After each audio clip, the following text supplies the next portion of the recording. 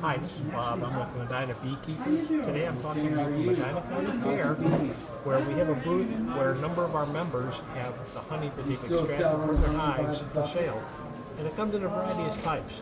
Oftentimes you'll see honey in a liquid form, which will be typically shown in a bottle or a squeezy kind of a thing.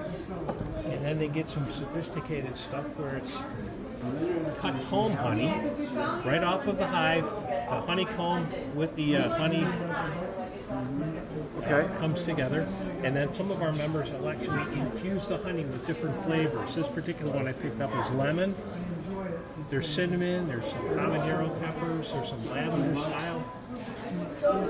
Well, sir, with that being said, do certain seasons or nectar sources produce a thicker or more crystallized honey, and do you use that for your infusions? Okay, let's kind of go down this way. It's a little easier to see some examples.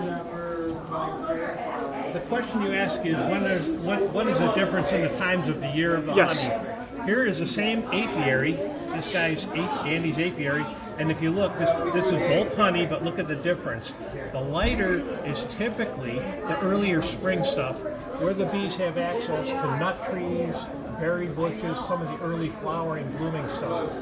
As the season goes on and spring goes into summer and then into back to school, kind of fall, other flowers like goldenrod and asters come into bloom, and the pollen that the bees have access to at that point is a very darker, very different, more intense flavor.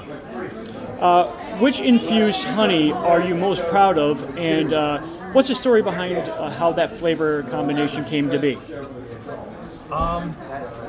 I personally don't infuse any of my honey. What that means is you'll take what you get off of the hive and you'll add some flavor to it.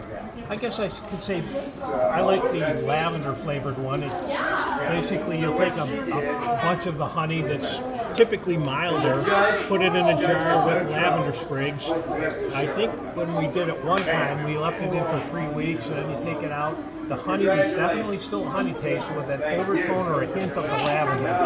That's a nice one. In addition, there's the hot pepper one, like the habanero. There's lemon and cinnamon, and that's good if you have that kind of a taste for something you have an intention for. I would think cinnamon would be good in teas, lemon would be good in teas. Habanero might actually be good on cooked meats.